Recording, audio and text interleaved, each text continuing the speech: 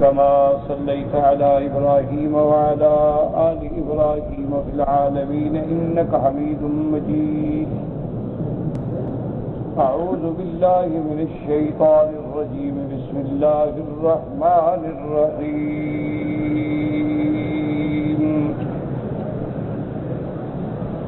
يا أيها الذين آمنوا لا تدخلوا بيوتا غير بيوتكم حتى تستأنسوا وتسلموا على أهلها ذلكم خير لكم لعلكم تذكرون. فإن لم تجدوا فيها أحدا فلا تدخلوها حتى يؤذن لكم، وإن قيل لكم ارجعوا فارجعوا هو أزكى لكم، والله بما تعملون عليم. ليس عليكم جناح أن تدخلوا بيوتا غير مسكونة فيها متاع لكم، والله يعلم ما تبدون وما تكتمون. سورۃ النور، جیسا کہ الحمدللہ ہم نے اس کی ابتدائی آیات کی تلاوت کی ہے، اس صورت میں زیادہ تر احکام جو ہیں وہ عورتوں کے متعلق ہیں.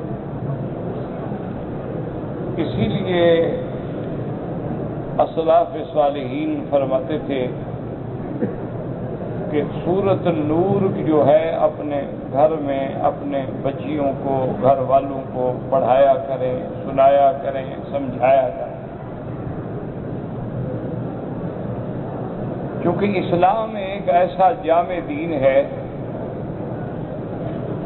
کہ جس نے تمام مسائل پر، چاہے ان کا تعلق اعتقادات سے ہو یا ان کا تعلق عبادات سے ہو یا ان کا تعلق معاملات اور معاشرت سے ہو، ان کا تعلق داخلی زندگی سے ہو یا خارجی زندگی سے ہو، سب پہ اسلام نے مکمل بحث. دنیا کا کوئی مذہب بھی اور دنیا کا کوئی دستور بھی اسلام کے اس جامع معنی کامل دستور کا مقابلہ نہیں کر سکتا. یہی وجہ ہے کہ آج آپ دیکھتے ہیں پوری دنیا میں کہ معاشرت تباہ ہو چکی ہے، فواحشات اور منکرات کا دور دورہ ہے، انسانی آزادی کے نام پر لوگوں نے انسانوں کو حیوان بنا دیا ہے، اور ایسی ایسی حرکات سرزد ہوتی ہے کہ شاید وہ حیوانوں سے بھی سرزد نہ ہوتی. لیکن اسلام ایک ایسا جامع دین ہے اور اللہ کا بنایا ہوا آئین ہے، اللہ کی اتاری ہوئی کتاب ہے کہ اس نے کسی چیز کو ایسے مبہم یا مہمل یا مجمل نہیں چھوڑا. تو سب سے پہلے اللہ تبارک و تعالی نے سورۃ النور میں زنا کے بارے میں احکام جاری فرمائے، اور پہلا قانون جو ہم نے پڑھا تھا وہ یہ تھا کہ اگر کوئی مرد اور عورت زنا کریں اور دونوں غیر شادی شدہ ہوں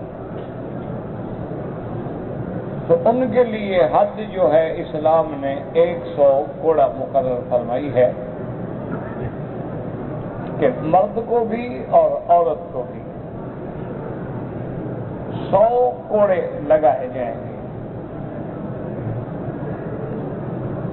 کافر تو خیر ہمیشہ دشمن ہے اور دشمن کو حق پہنچتا ہے کہ وہ اعتراض کرے، لیکن ہماری بدقسمتی یہ ہے کہ بعض مسلمان بھی اور خصوصاً ہمارا جدید تعلیم یافتہ طبقہ بھی انگریزی لٹریچر سے اتنا متاثر ہو جاتا ہے کہ وہ بھی اللہ کے ان حدود پہ اعتراض کرتے ہیں کہ جی ایک مرد اور عورت کو 100 کوڑا مارا جائے، اور اگر دونوں شادی شدہ ہوں تو پھر ان کو رجم کر دیا جائے۔ رجم کا معنی یہ ہوتا ہے کہ انہیں پتھر مار مار کے دونوں کو مار دیا۔ تو آج ہمارا جدید تعلیم یافتہ طبقہ، کیونکہ ان کی تعلیم جو ہے اتفاق سے نرسری سے لے کر یونیورسٹی تک انگریزی تعلیم ہوتی ہے، انگریزی نصاب ہوتے ہیں، انگریزی کتابیں ہوتی ہیں، انگریزی لٹریچر ہوتا ہے، لکھنے والے بھی اسی قسم کے لوگ ہوتے ہیں، تو وہ ان چیزوں کو بڑا دہشت ناک بنا کے پیش کرتے ہیں کہ جی یہ تو بڑی وحشیانہ سزائیں ہیں اور یہ تو بڑی سخت سزائیں ہیں، یہ اس دور کے لیے شاید موافق ہوں گی کہ وہ دور جو ہے جاہلیت کا دور تھا، اس میں علم اتنا عام نہیں تھا، لوگ بڑے سرکش تھے، ان کو قانون سخت سے دبایا جا سکتا تھا، لیکن اب تو معاشرہ پڑھا لکھا تعلیم یافتہ،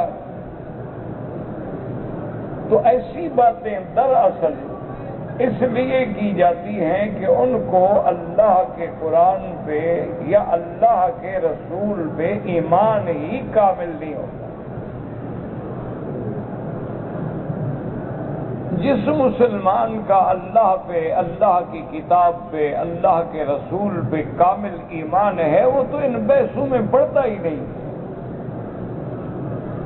اس کے لیے تو اتنا کافی ہے کہ میرے خدا کا حکم، اس کے لیے تو اتنا کافی ہے کہ میرے رسول پاک کا حکم۔ آج آپ کے سامنے تاریخ ہے، آپ دیکھ لیں کہ کیسے کیسے لوگ حاکم بنتے ہیں اور وہ اپنے مخالفین کے خلاف کس قسم کی سزائیں تجویز کرتے ہیں، ان کو کوئی وحشی نہیں کہتا۔ یعنی اس دور میں اپنے دشمنوں کو، اپنے مخالفین کو پکڑنے کے بعد ان سے جو سلوک کیا جاتا ہے وہ کوئی حیوان بھی تصور نہیں کر سکتا، لیکن ان پہ کوئی اعتراض کرنے والا نہیں ہے۔ اپنے مخالفین کو دبانے کے لیے کتنے کوڑے مارے جاتے ہیں، کیسے ان کو عریاں کیا جاتا ہے، کیسے ان کی عزت نفس کو مجروح کیا جاتا ہے، کیسے ان کو پیروں الٹا لٹکایا جاتا ہے، کیسے ان کو کئی کئی راتیں ہتھکڑیاں ڈال کے سلاخوں کے ساتھ باندھ کے مار مار کے جگایا جاتا ہے، ان کو برف کی سلوں پہ لٹایا جاتا ہے، ان کو بجلی کے کرنٹ دیے جاتے ہیں، ان کے بدن میں ڈرل لگا کے سوراخ کیے جاتے ہیں، ان پہ کوئی نہیں بولتا۔ اگر ان کو نظر آتا ہے تو صرف اسلام کا قانون بڑا وحشیانہ نظر آتا ہے۔ تو اس لیے ہمیشہ اب دیکھیں نا، مثلا آج بھی بڑی بڑی جو دنیا کی NGOs ہیں، ابھی انشاءاللہ شرح حج کے مہینے شروع ہو گئے، حج اللہ پاک سب کو نصیب فرمائے اور باعث خیر بنائیں، باعث رحمت بنائیں، امت کی اصلاح کا ذریعہ بنائیں، عالم اسلام کے لیے یہ مہینے خدا کرے کہ مبارک بن جائیں اور اللہ اپنے عذاب اٹھا لیں۔ ان کو اگر اعتراض ہے تو صرف اس بات پہ اعتراض ہے کہ دیکھو جی 20 لاکھ یا 30 لاکھ آدمی جو ہے وہ حج کرے گا، ان میں چلو آپ لگائیں 10 لاکھ آدمی بھی قربانی یا بکری حج کی دے گا، دیکھو جی کتنا پیسوں کو ضائع کرنے والی بات۔ ان کو ہمارے پیسوں کا بڑا درد ہے، ہم تباہ ہو جائیں، ہم زلزلوں میں ڈوب جائیں، ہمارے مکان بیٹھ جائیں، ہمارے بچے تڑپتے ہوئے ملبے میں دب جائیں، ہماری نسلیں یتیم ہو جائیں، وہاں تو امداد دینے کے لیے ان کے پاس کچھ نہیں۔ لیکن مسلمانوں کے پیسے کا کتنا درد ہے، دیکھو جی 10 لاکھ بکری اور 300 ریال 400 ریال اور 250 ریال میں لے، اتنا بڑا پیسہ دیکھو جی مسلمان جاہل ہیں ضائع کر دے۔ حالانکہ کیا ہی اچھا ہوتا کہ وہ یہ پیسے جو ہے غریبوں کو دگا دیتے، کسی یتیم خانے میں دے دیتے، کسی فلاحی ادارے میں دے دیتے، جانور ذبح کرو پھینک دو، پتہ نہیں کوئی اٹھائے گا نہیں اٹھائے گا۔ ان کو ان پیسوں کا بڑا درد ہے، بہت بڑی تکلیف ہے۔ ابھی لوگ مثلا عمرے پہ آئے، اب دیکھا ہے الحمدللہ 27 کی رات میں ختم میں 20-25 لاکھ آدمی کا اجتماع ہوگا، تو دیکھو جی بے وقوف لوگ ہیں، کیا ضرورت ہے بھلا جانے کی؟ ان کے اسلام نے بھی ان پہ عمرہ فرض نہیں کیا ہے، اور پھر جگہ نہیں ملتی ہے، سڑکوں پہ پڑے ہیں، مٹی پہ کھڑے ہیں، ادھر جگہ ٹھیک نہیں ہے، پانی ہے، وہاں کھڑے نمازیں پڑھ رہے ہیں، کیا یہ کیا سی عبادت؟ تو ان لوگوں کے دماغوں میں دراصل یہ نہیں کہ آپ سے ہمدردی ہے، وہ یہ تصور بھی نہیں کر سکتے ہیں، ان کے تو عقل میں اور دماغ میں یہ بات کبھی داخل بھی نہیں ہو سکتی ہے۔ بھئی اگر تم کرسمس منا کے کروڑوں اور اربوں ڈالر ضائع کر دیتے ہو، اس پہ تو اعتراض نہیں ہے، اور مسلمان نے عمرہ کیا ہے تو اعتراض ہے۔ تم روزانہ کا پورے عالم کا اگر حساب لگا لو کہ صرف سگریٹ پینے پہ ایک دن میں کتنا خرچ ہوتا ہے، تم کو ان پیسوں کے ضائع ہونے کا بھی کوئی دکھ نہیں ہے۔ صرف ایک دن میں چائے، کافی، کوکا کولا، پیپسی کولا اور چاکلیٹ پہ کتنا خرچ ہوتا ہے، اور کتنا بڑا یہ اربوں ڈالر کا بزنس ہے۔ حالانکہ ان چیزوں کے نہ ہونے سے کوئی بندہ نہیں مر جائے گا، جب چائے نہیں تھی تو لوگ زندہ نہیں تھے۔ اگر کوئی آدمی آج بھی چاکلیٹ نہیں کھاتا کیا مر جاتا ہے؟ کتنے لوگ ہیں جو آج بھی کوکا کولا یا پیپسی نہیں پیتے، وہ مر گئے ہیں، ان کی صحت خراب ہو گئی ہے۔ پینے والوں کی تو ہو سکتا ہے خراب ہو جائے، نہ پینے والوں کو تو اور فائدہ ہے، پیسے کا بھی فائدہ، صحت کا بھی فائدہ ہے۔ جو لوگ آج بھی دیکھ لیں چائے نہیں پیتے ہیں، کیا وہ مر گئے ہیں؟ ان کی صحت خراب ہوگی ہے۔ پینے والوں کو تو خرابی ہو سکتی، لیکن ان چیزوں پہ اعتراض نہیں۔ اعتراض صرف یہ ہے کہ ان کا قربانی پہ پیسہ ضائع ہو گیا، عمرے پہ ضائع ہو گیا۔ دیکھو جی ہر سال حج پہ چلے جاتے ہیں، اور کم از کم اوسطاً 1 لاکھ 1.5 لاکھ روپے فی آدمی حج پہ خرچ ہوتا ہے، اور اگر باہر سے 10 لاکھ آدمی حج پہ آئے تو ان میں 5 لاکھ تو نفلی والے ہوتے ہیں جو پچھلے سال بھی آئے تھے۔ تو اگر یہ نفلی حج نہ کرتے، اتنا بڑا پیسہ جو ہے جناب یہ رفاہی اداروں کو دے دیتے، فلاحی اداروں کو دے دیتے، یہ کسی دوسرے کاموں میں لگا دیتے، تو دنیا کو کتنا فائدہ پہنچتا۔ بعض حج پہ چلا گیا اور 1-1.5 لاکھ ضائع کر کے آ گیا۔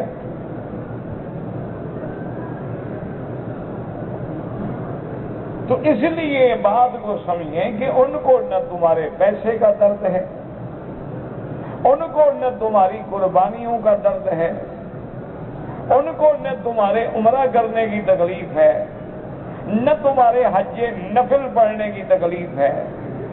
ان کو اصل مقصد یہ ہے کہ کسی طرح تمہیں اسلام سے دور کیا جائے اور تمہارے دماغوں میں شکوک اور شبہات ڈالے جائیں۔ کیونکہ اصول یہ ہے، ہمیشہ کے لیے اپنے دماغوں میں رکھ لیں اصول یہ ہے کہ جتنا دنیا میں باطل فرقے ہیں، باطل لوگ ہیں، باطل مذاہب ہیں، ان کے پاس کوئی دلیل نہیں ہوتی۔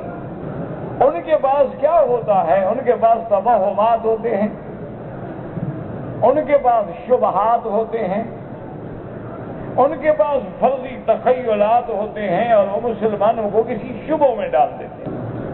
اور جب آدمی کے دماغ میں کوئی شبہ پڑ جاتا ہے تو پھر آدمی بھٹکنا شروع ہو جاتا ہے۔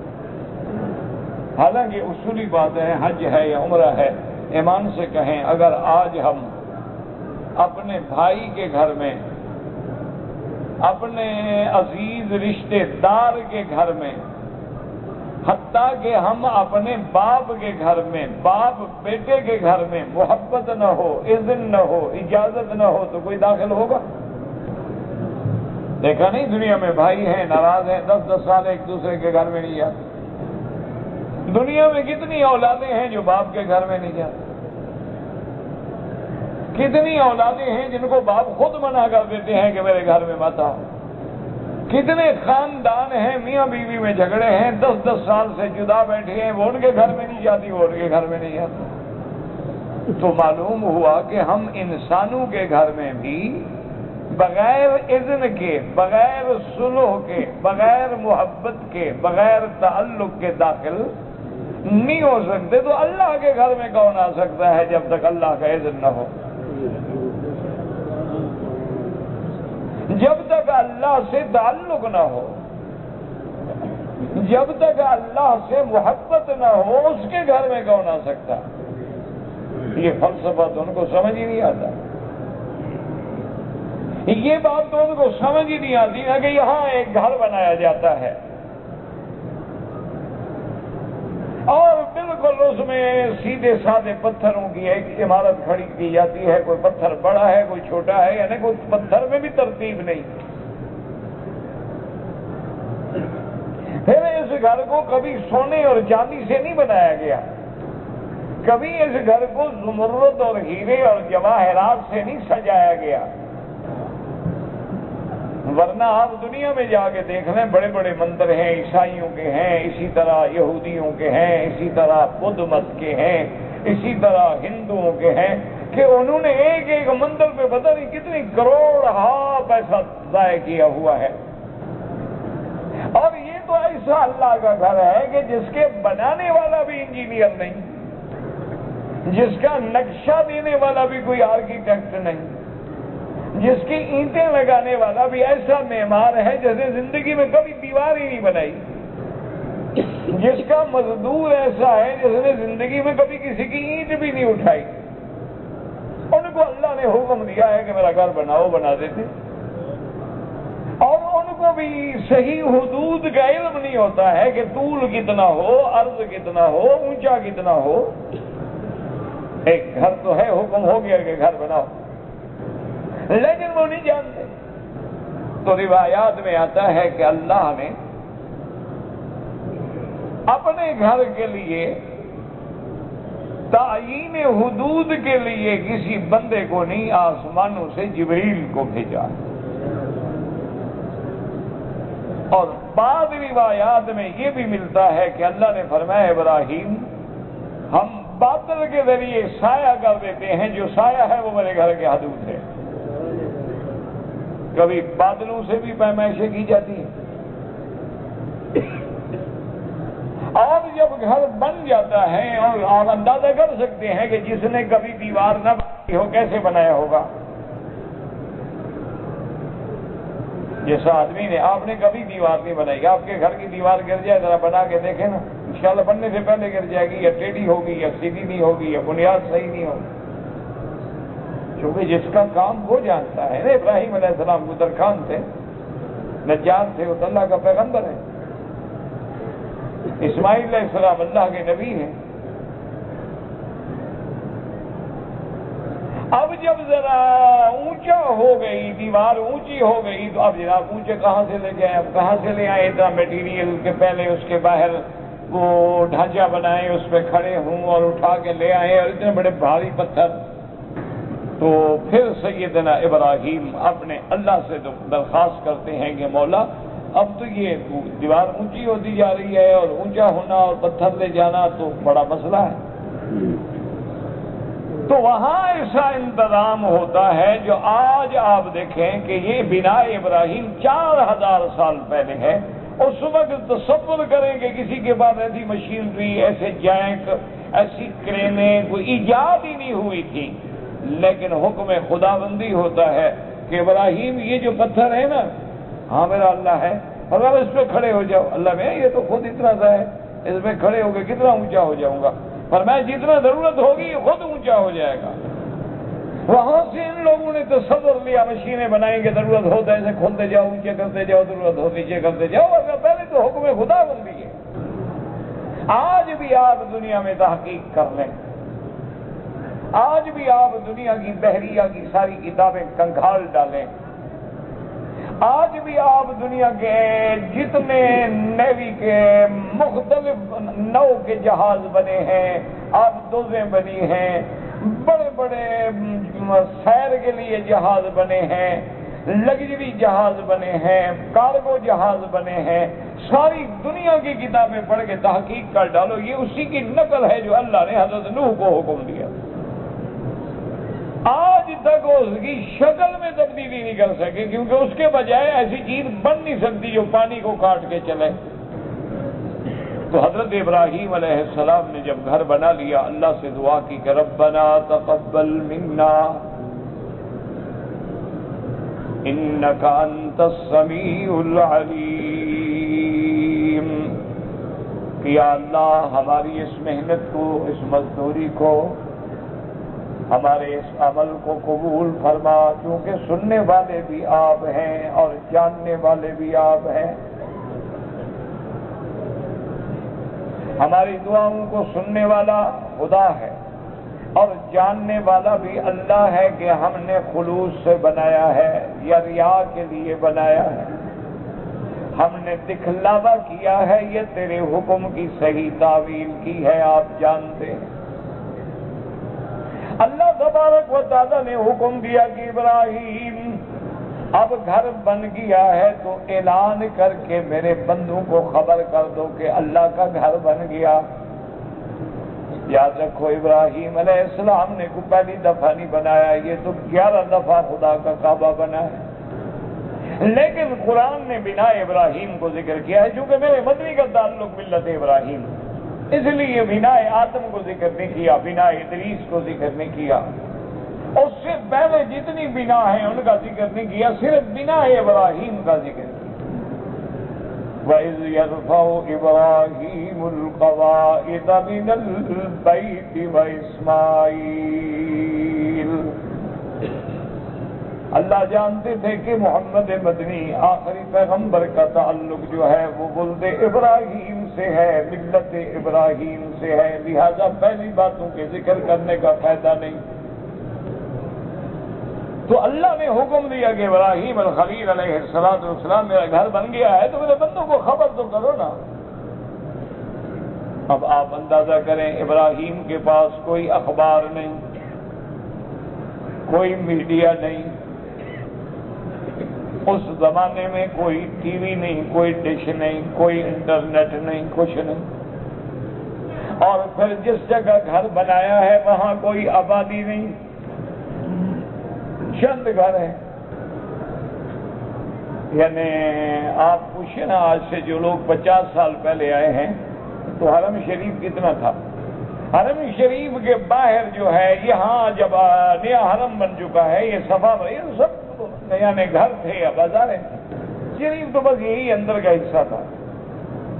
تو اس دور میں ایمان سے کہیں کہ کسی بندوں کو آواز پہنچانا کیا مطلب، کیسی خبر کا تم بندوں کو؟ مکے والوں کو جو یہاں رہتے ہیں ان کو تو پہلے پتا ہے کہ کعبہ بن رہا ہے، ان کے سامنے تعمیر ہو رہی ہے. اللہ تبارک و تعالیٰ کی درگاہ میں سیدنا خلیل نے عرض کیا، مولا آپ کا حکم ہے، میں تعمیر کے لیے حاضر ہوں، لیکن کیسے اطلاع کروں؟ اللہ نے فرمایا وَأَذِّن فِي النَّاسِ بِالْحَجِّ يَأْتُوكَ رِجَالًا وَعَلَىٰ كُلِّ ضَامِرٍ يَأْتِينَ العالمین من کل فج عمیق۔ اللہ نے فرمایا ابراہیم کسی اونچی جگہ کھڑے ہو کے لوگوں کو خبر کرو، اطلاع دو، اعلان کرو، اذن فی الناس۔ عرب کی قید نہیں، عجم کی قید نہیں، مکے مدینے کی قید نہیں، حکم ہے کہ سب کو خبر کرو، چونکہ میں بھی رب الناس، میرا گھر جو ہے وہ بھی سب کے لیے ہے۔ یا اللہ میں حاضر ہوں، لیکن فرمایا ابراہیم تیرے ذمے اعلان کرنا ہے، آواز کا پہنچانا تو میرے ذمے ہے۔ مفسرین نے، علماء نے لکھا ہے کہ جب ابراہیم نے اعلان کیا تو اللہ نے حکم دیا ہواؤں کو، فضاؤں کو، سب ابراہیم کے تابع ہو کے اس اعلان کو پہنچاؤ، اور انہوں نے ایسی فرما برداری کی کہ جو بچہ ماں کے پیٹ میں ہے وہاں بھی خبر پہنچا دی۔ اور ساتھ اللہ نے فیصلہ بھی فرما دیا کہ جو ابن داء ابراہیم پہ لبیک کہے گا میں ضرور گھر لاؤں گا۔ تو اب ہم نداء ابراہیم پہ آ رہے ہیں کہ ہم پیسہ ضائع کر رہے ہیں؟ اور اگر ہم نے اس وقت لبیک کہا ہے تو کون مائی کا لال ہے جو ہمیں روک سکے؟ اللہ تبارک و تعالیٰ نے جو حکم دیا ہے، حضرت ابراہیم علیہ السلام کو جب حکم دیا تو قربانی جو ہم کرتے ہیں وہ تو سنت ابراہیم ہے۔ باقی یہ تو اسلام نہیں کہتا قربانی کر کے ضائع کر دو، یہ تو ہماری کوتاہی ہے نا کہ ہم اپنے گوشت کو صحیح معنوں میں تقسیم نہ کر سکیں۔ اب الحمدللہ اس حکومت کو اللہ جزائے خیر دے نے انتظام کر دیا ہے ماشاءاللہ۔ اب تو تقریباً کوئی 10% یا 15% گوشت ضائع ہوتا ہو، وہ بھی وہ جو غلط جگہ پہ لوگ جا کے قربانیاں کر دیتے ہیں، ورنہ الحمدللہ سب گوشت محفوظ ہوتا ہے، پوری دنیا میں غریبوں کو بھیجا جاتا ہے۔ تو اس لیے یہ ساری تمہید باندھنے کا مقصد میرا یہ تھا کہ جب یہ اسلام کے فلسفے کو سمجھتے نہیں ہیں، جب اللہ کے قرآن کو پڑھتے نہیں ہیں، تو پھر اعتراض کرنے کا کسی کو کیا حق ہے؟ اب یاد رکھیں حج کی بکری کے بغیر اگر تم 10,000 ریال بھی خیرات کر دو تو وہ بکری ادا نہیں ہوگی۔ اسی طرح جو قربانی کی بکری ہے جو ہر ملک میں مسلمان کرتا ہے، اگر اس کے بجائے تم 2,000 کے بجائے 20,000 خیرات کر دو تو قربانی ادا نہیں ہوگی، بلکہ میرے مدنی سرکار دو عالم رحمت دو عالم سیدنا محمد مصطفیٰ صلی اللہ علیہ وسلم نے فرمایا کہ اگر کوئی بندہ عید کی نماز سے پہلے بکری ذبح کر دے، فرمایا یہ تمہارے گھر والوں کے لیے گوشت تو ہے لیکن قربانی ادا نہیں ہوئی۔ اس کا تو وقت ہے، ہم تو وقت بھی آگے پیچھے نہیں کر سکتے۔ ہاں اگر کچھ لوگ دیہات میں ہیں جہاں عید نماز نہیں ہوتی ہے تو وہ بھی عید نماز کے وقت کا انتظار کریں گے، یہ نہیں کہ صبح کی نماز پڑھیں سلام پھیریں اور ذبح کر دیں، ان کو بھی انتظار کرنا ہوگا بھی اس وقت تک عید ہو جاتی ہے لہذا قربانی کر دیں۔ صرف ٹائم کا فرق پڑ جائے تو اللہ فرماتے قربانی نہیں۔ آپ نے حج کی بکری جو ہے مینا میں ذبح کرنی ہے 10 تاریخ کو، تم یہاں 7 کو یا 8 کو کہو یا مکے میں ذبح کر دیتے ہیں، گوشت تقسیم کر کے فارغ ہو جائیں، اللہ فرماتے نہیں وقت ہی نہیں ہے۔ کوئی آدمی اپنے خدا بندی کے مطابق اس وقت کے بھی پابند ہیں۔ اگر کوئی آدمی سارا دن روزہ رکھے لیکن سورج غروب ہونے سے 1 منٹ پہلے پانی پی لے تو روزہ نہیں ہوگا۔ تو کھانے میں بھی، پینے میں بھی، روزے میں بھی، نماز میں بھی، قربانی میں بھی، حج میں بھی، عمرے میں بھی اس کے حکم کے پابند ہیں۔ جب تک اس کی ذات پہ ایمان نہ ہو تمہیں ہر بات میں اعتراض نظر آئے، اور جس دن تمہارا خدا کے ساتھ ایمان مکمل ہو گیا سارے اعتراض ختم۔ یاد رکھیں ہمیشہ کہ اسلام کے قانون میں اور دنیا کے قانون میں ایک فرق ہے۔ ایک قانون بندے بناتے ہیں اور ایک خدا کا بنایا ہوا۔ پہلے تو اپنے عقیدے اور ایمان درست کرو کہ جتنے حدود ہیں، قوانین ہیں، نظام ہے، یہ سب حکم خدا بندی ہے، یہ تو اللہ کے نبی نے خود بھی نہیں بنایا۔ تو جو خالق کا قانون ہے، خالق جس نے ہمیں پیدا کیا ہے، وہ ہماری ذات کو، نفسیات کو، خواہشات کو، ہمارے جذبات کو، ہر چیز کو جانتے ہیں۔ انسانوں کا قانون جو ہے، یاد رکھو، وہ جرائم کو پیدا کرتا ہے، جرائم کو ختم نہیں کرتا۔ آج بھی انگریزی قانون میں اگر کوئی عورت خدا نہ کرے اپنے ماں باپ کے گھر سے نکل جائے، وہ زانی کے ساتھ ہے، زنا ہو رہا ہے، وہ کہتے میں اپنی منشے سے گئی ہوں، قانون ختم، کوئی مقدمہ نہیں، کوئی جرم نہیں۔ تو ایمان سے کہیں جرائم پیدا ہوں گے یا ختم ہوں گے اس سے؟ اور اگر بفرض محال بڑی مشکلوں کے ساتھ ایک آدمی نے مثلا کسی کا 1 لاکھ روپیہ چرا لیا، 10 لاکھ چرا لیے، پہلے تو پکڑا نہیں جائے گا، اگر پکڑا بھی گیا ثابت نہیں ہوگا۔ چلو ثابت بھی ہو جائے، اس کو 2 سال کی قید بھی ہو جائے، تو 2 سال تک وہ گورنمنٹ اسٹڈی میں رہے گا، جیل میں رہے گا، پکے مکانوں میں رہے گا، کھانا پینا اٹھنا سونا سب گورنمنٹ کی ذمہ داری۔ 2 سال کے بعد باہر نکلے گا، وہ پھر کیوں نہ چوری کرے؟ 2 سال میں تو 1 لاکھ نہیں کما سکتا، 10 لاکھ کمایا ہے اس نے۔ تو جتنے دنیا میں انسانی قوانین ہیں، یاد رکھو، وہ جرائم کو پیدا تو کرتے ہیں لیکن جرائم کو ختم نہیں کرتے۔ اسی لیے آپ دیکھیں کہ کتنی تھانے بنتے ہیں، کتنی پولیس کے مختلف ایجنسیاں بنتی ہیں، کتنے افسران تفتیش کرتے ہیں، محنتیں ہوتی ہیں، مجرم پکڑے جاتے ہیں، چالان ہوتے ہیں، جیلوں میں جاتے ہیں۔ ایمان سے کہیں کیا چوری رک گئی؟ کیا ڈکیتی رک گئی؟ کیا قتل رک گیا؟ کیا لوگوں سے زبردستی گاڑیاں چھیننا رک گیا؟ زبردستی لوگوں کی لڑکیوں کو اٹھا کے لے جانا رک گیا؟ تو آخر یہ قانون اثر انداز کیوں نہیں ہو رہا؟ اور اس کے مقابلے میں آپ تاریخ اٹھا کے دیکھ لیں، یہ تو افسوس ہے، ہماری بدقسمتی ہے کہ دشمنوں نے اسلام کی تاریخ کو مسخ کر دیا ہے، مٹا دیا ہے۔ مسلمان خواب غفلت میں ڈوبا ہوا ہے، ورنہ آج بھی آپ تاریخ اسلام اٹھا کے دیکھیں کہ جب آمنہ کے لال نے، رحمت دو عالم نے اللہ کے قوانین کو نافذ فرمایا تھا، تو اس کے نافذ فرمانے سے پہلے فرمایا تھا کہ ایسا وقت آ جائے گا کہ مدینہ سے، مکہ سے صنعاء یعنی یمن تک کوئی عورت اکیلے زیوروں سے لدی ہوئی سفر کرے گی لیکن اسے کوئی چھیڑے گا نہیں۔ چھیننا تو بڑی بات ہے، بے عزتی تو بڑی بات ہے، کوئی اس کو چھیڑے گا بھی نہیں۔ اور جب حضور رحمت دو عالم نے اپنی زندگی میں اور آپ کے بعد خلفاء راشدین نے سرکار دو عالم کے قوانین اسلامی اور قوانین الہی کو نافذ کیا ہے، لوگ کہہ سکتے ہیں جی حضور کے زمانے میں تو آبادی بہت تھوڑی تھی، چند ہزار لوگ تھے، کنٹرول ہو جاتے تھے، تو یہ بھی جھوٹ ہے، یہ بات کہنا بھی جھوٹ ہے۔ تقریباً سیدنا عثمان رضی اللہ تعالی عنہ کے دور میں 20 لاکھ مربع میل پہ اسلام پھیل چکا تھا، اور سیدنا معاویہ رضی اللہ تعالی عنہ کے دور میں تقریباً 70 لاکھ مربع میل پہ اکیلے حضرت نے 19 سال تک نظام اسلام نافذ کیا۔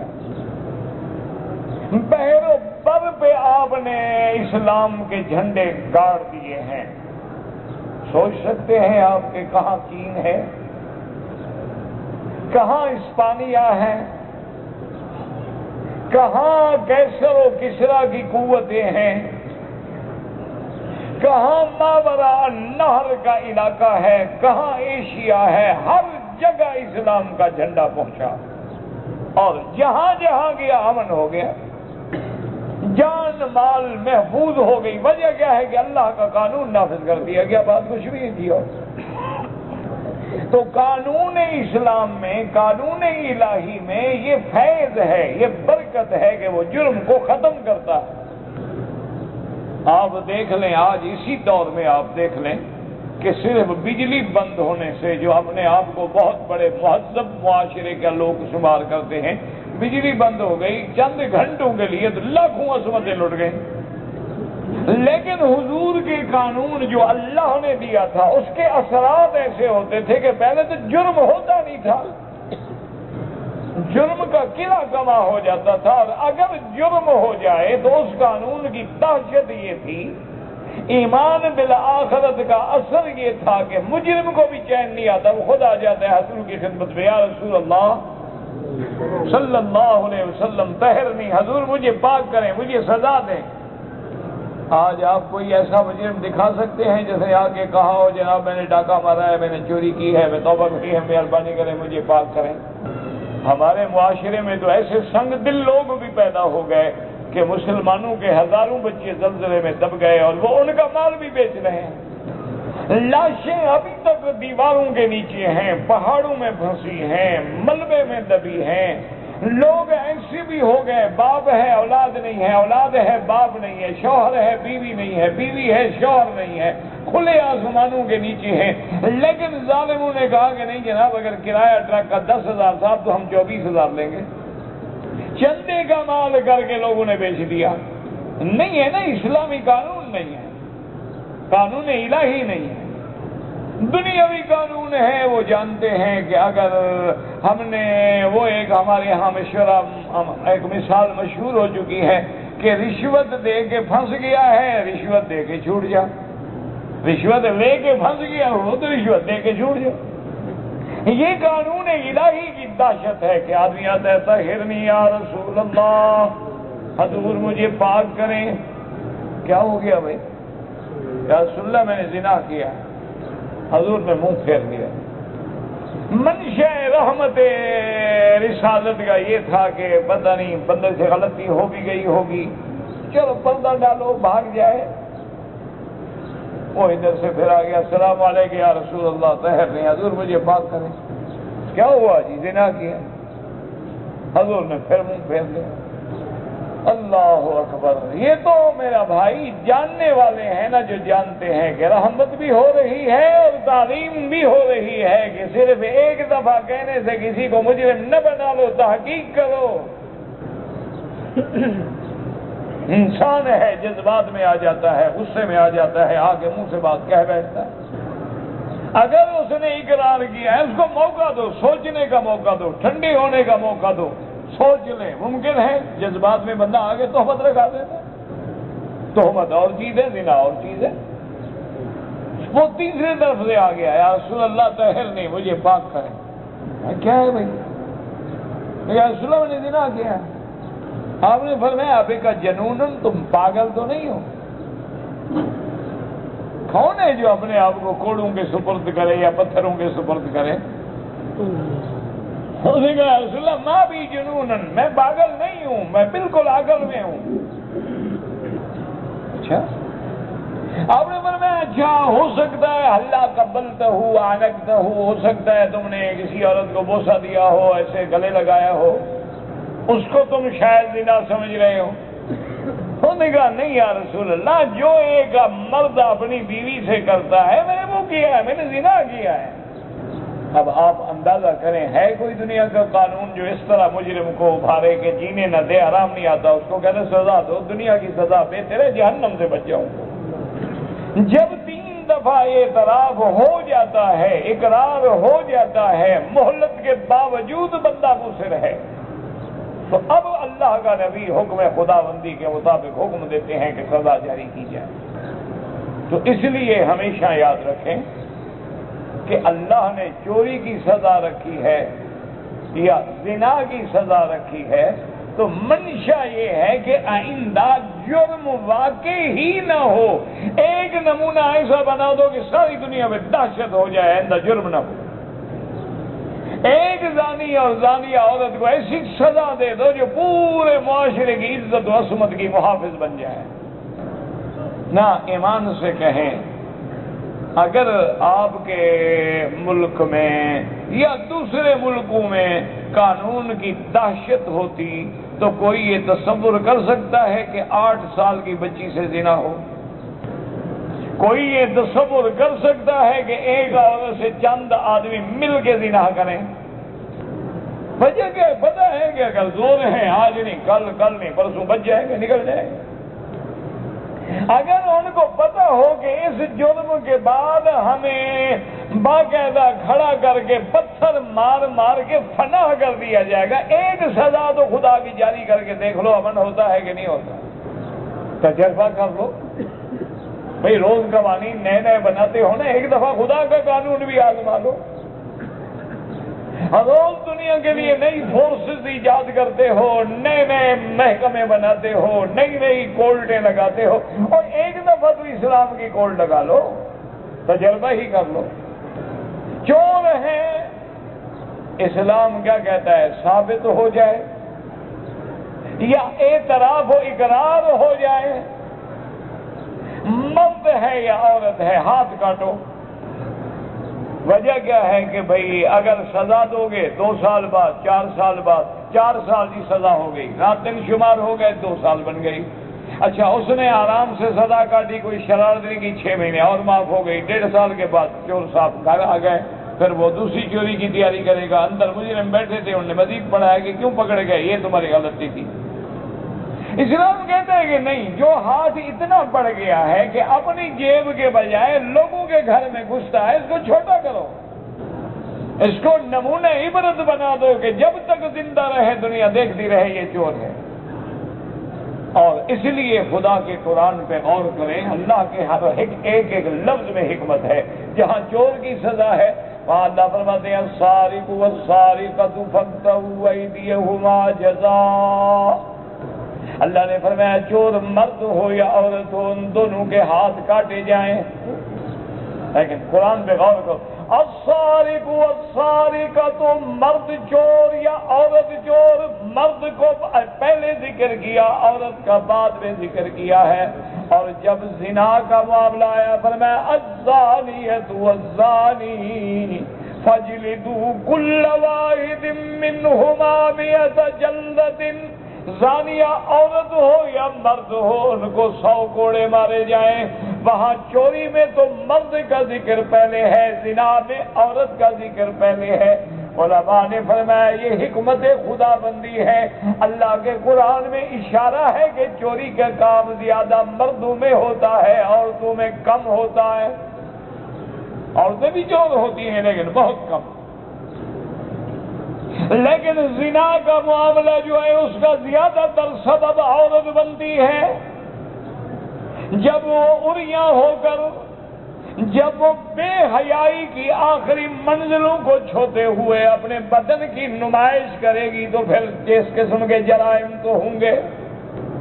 اس لیے اللہ نے وہاں مرد کا ذکر مقدم کیا، یہاں عورت کا مقدم کیا کہ زنا کے معاملے میں یعنی اکثریت جو ہے اس میں تب ہوتی ہے جب تحریک عورت کی طرف سے ہوتی ہے، وہ تحریک زبانی ہو، کلامی ہو، لباس کے ذریعے ہو، بے حیائی کے ذریعے ہو۔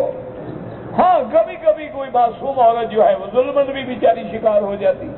تو اس لیے ہمیشہ یاد رکھیں کہ قوانین الہی جو ہے، اللہ کا قانون جو ہے، اللہ کے قوانین جو ہیں وہ عین انسانوں کی فلاح و بہبود کے لیے ہیں، اور ایسے قانون ہیں کہ اگر ان کو نافذ کر دیا جائے تو ان کی ظاہری بھی برکتیں ہیں اور باطنی بھی برکتیں۔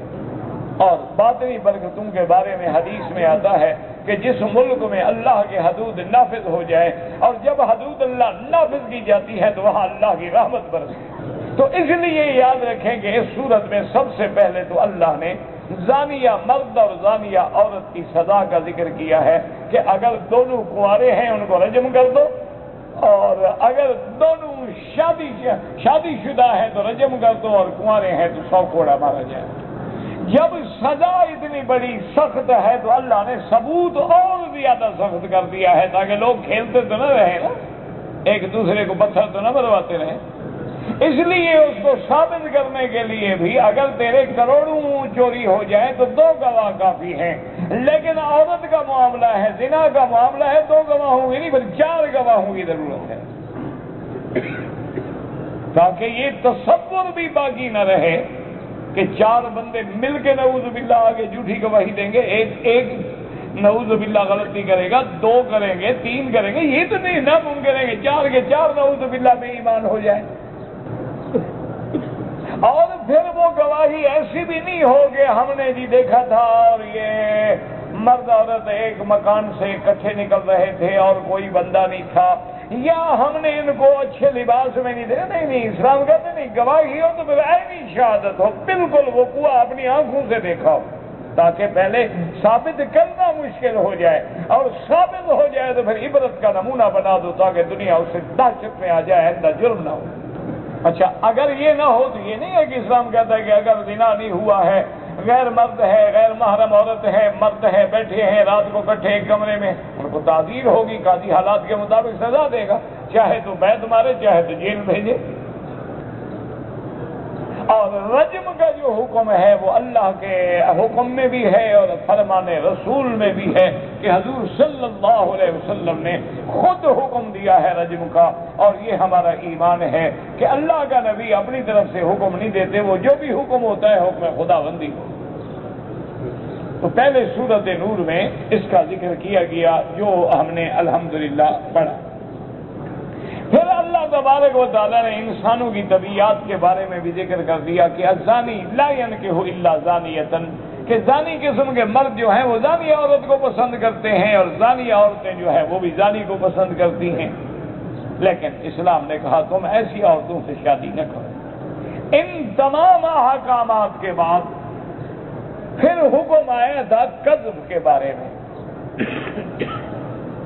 کہ اگر کوئی آدمی کسی پاک عورت پہ ناجائز طور پہ زنا کی تہمت لگا دے، اسی لیے میں نے عرض کیا تھا نا کہ اسلام ایسا قانون بناتا ہے کہ کسی کو موقع نہیں دیتا ہے کہ لوگوں کی عزت سے کھیلے۔ اللہ نے فرمایا والذین یرمون المحصنات ثم لم یاتوا بأربعة شهداء فاجلدوهم 80 جلدة ولا تقبلوا لهم شهادة أبدا۔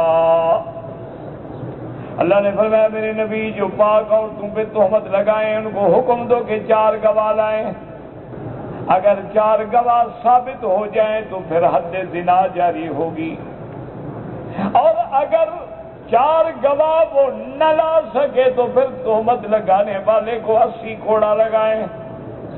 کیوں تہمت لگا دیں؟ ایسے کھیلتے رہو لوگوں کی عزت کے ساتھ کہ جی فلاں عورت نے زنا کیا ہے، کیوں؟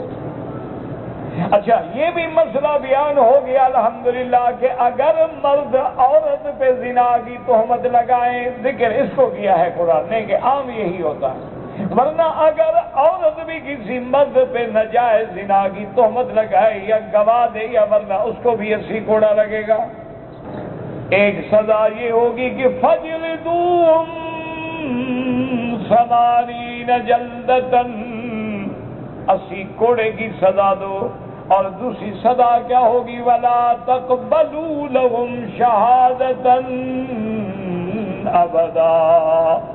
اللہ نے فرمایا کہ اس قسم کے آدمی کی جس نے ناجائز تہمت لگائی، گواہ نہیں لا سکا، 80 کوڑا بھی مارو اور آئندہ یہ مردود شہادت ہے، اس کی گواہی قبول ہی نہیں ہو۔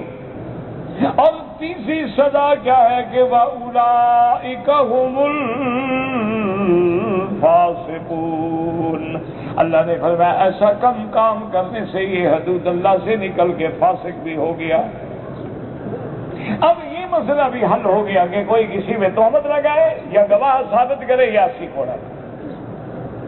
اب اس میں مسئلہ ایک اور آ جاتا تھا کہ والذین یرمون ازواجہم، اگر کوئی بندہ اپنی بیوی کے بارے میں ایسی بات کہے وَلَمْ يَكُنْ لَهُمْ شُهَدَاء، گواہ بھی کوئی نہیں، تو اب کیا کرے؟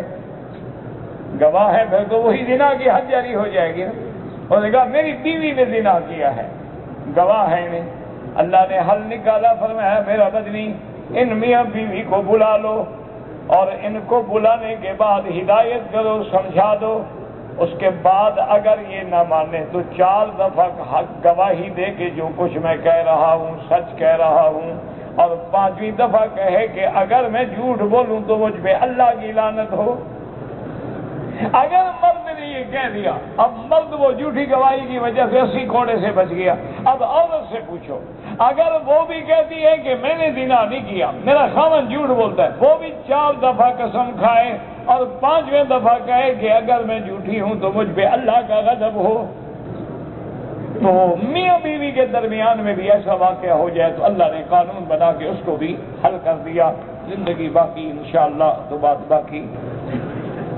تشہد میں انگلی اٹھانے والی روایت جو ہے کسی باب الصلاۃ میں دیکھ لیں، احادیث میں موجود ہے، سنن میں موجود ہے.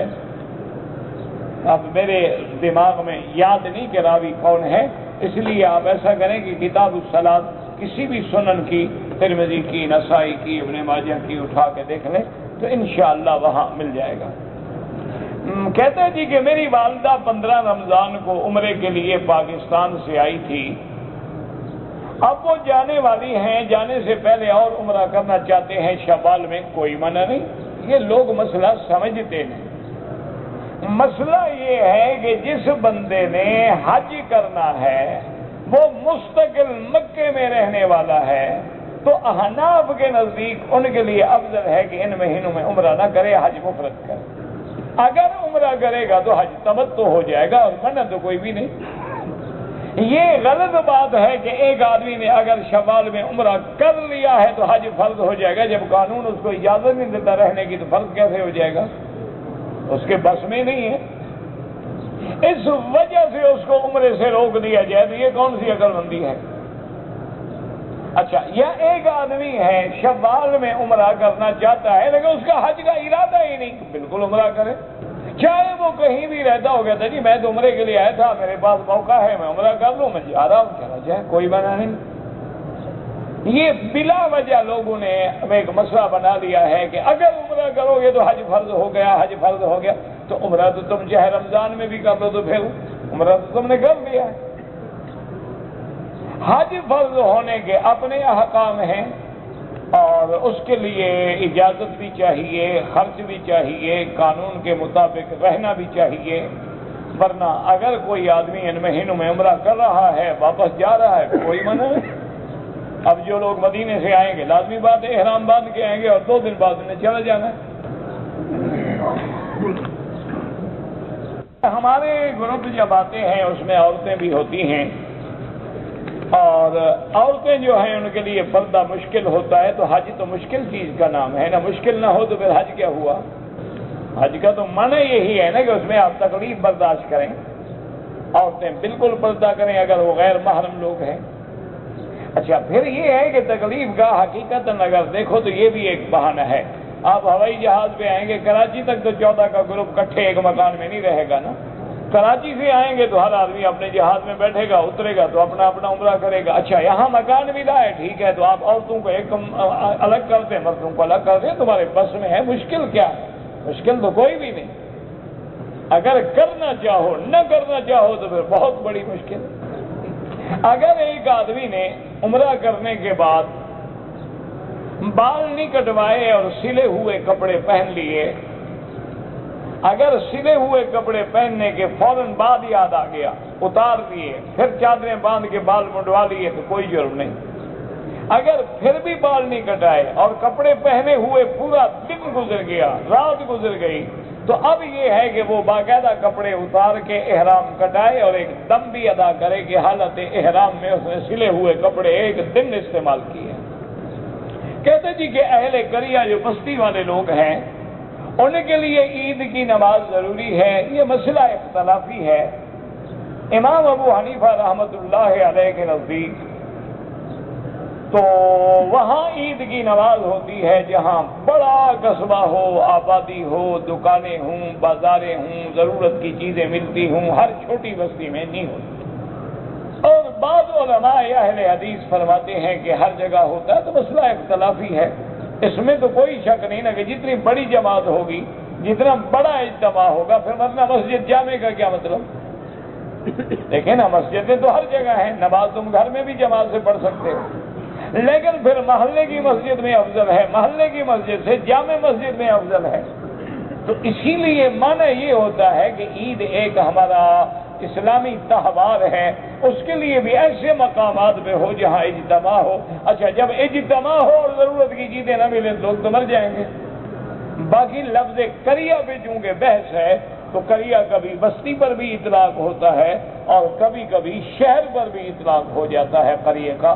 مسأل القریۃ التی کنا فیہا، اللہ کے پیغمبر حضرت یوسف کے قصے میں ہے کہ ان کے بھائیوں نے کہا کہ آپ بستی والوں سے